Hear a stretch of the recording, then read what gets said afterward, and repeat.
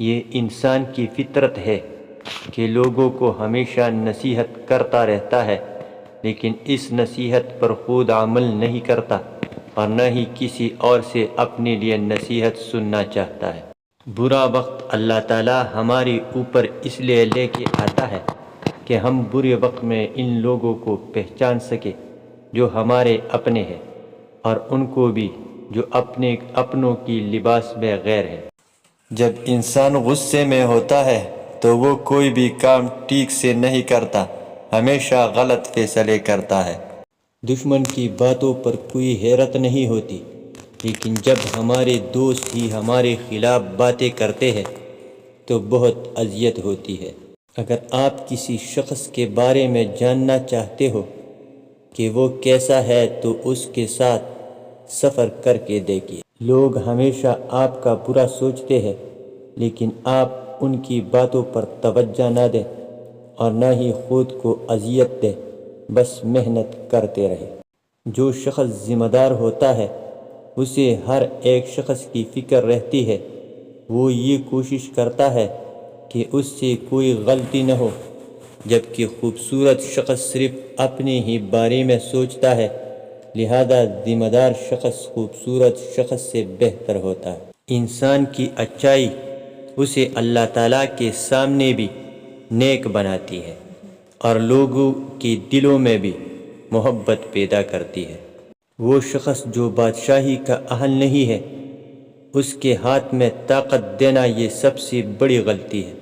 جب اس کے ہاتھ میں طاقت آتی ہے تو وہ ظالم بن کر فیصلے کرتا ہے اور نسلوں کو تباہ کر دیتا ہے۔ غرور و تکبر میں آ کر اپنے مخلص اور پیارے رشتوں کو چھوڑ دینا سب سے بڑی جہالت ہے۔ مخلص رشتے قسمت والوں کو ملتے ہیں۔ عزت اسی دی جاتی ہے جو عزت قبول کرنے کا ظرف رکھتا ہو، اور عزت وہی قبول کر سکتا ہے جو عزت دینے کا ظرف رکھتا ہو۔ کم ظرف نہ تو عزت کر سکتا ہے اور نہ ہی عزت کروا سکتا ہے۔ سوچ کو بدلنے والا انسان ہی اعتماد سے بول سکتا ہے۔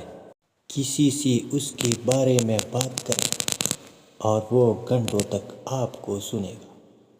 دوسرے شخص پر تنقید کرنے سے پہلے اپنی غلطیوں کے بارے میں بات کریں۔ ہر درد تقاضا کرتا ہے کہ اسے محسوس کیا جائے۔ ہنسی مذاق اور غصے کے وقت پتہ چل جاتا ہے کہ آدمی اندر سے کتنا مہذب ہے۔ برے وقت میں ساتھ دینے والا شخص اس سے بہتر ہے جو آپ کی کامیابی پر تالیاں بجاتا ہے۔ گرنے کے ڈر سے اگر بچے کو کھڑا نہیں کریں گے تو وہ چلنا کیسے سیکھے گا؟ کسی کے ذہن کو سمجھنا ہو تو یہ دیکھو کہ وہ اختلاف کرنے والوں سے کیسے بات کرتا ہے۔ لوگوں کی باتوں پر کم توجہ دے، بس صرف دیکھیے کہ وہ کیا کر رہے ہیں۔ اپنے آپ کو اپنی صلاحیتوں سے جوڑے، اپنی ماضی سے نہیں۔